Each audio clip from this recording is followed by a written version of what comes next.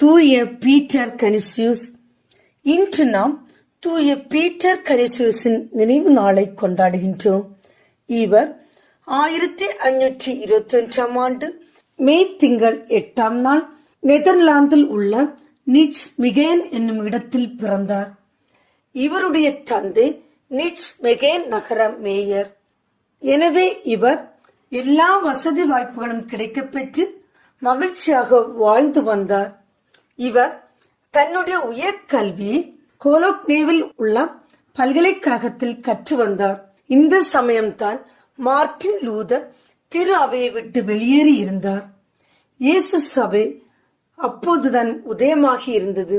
Peter கனிசியூஸின் கனவெல்லாம் பல்கலைக்கழகத்தில் புகழ்பெற்ற பேராசிரியராக மாற வேண்டும் என்பதாக இருந்தது.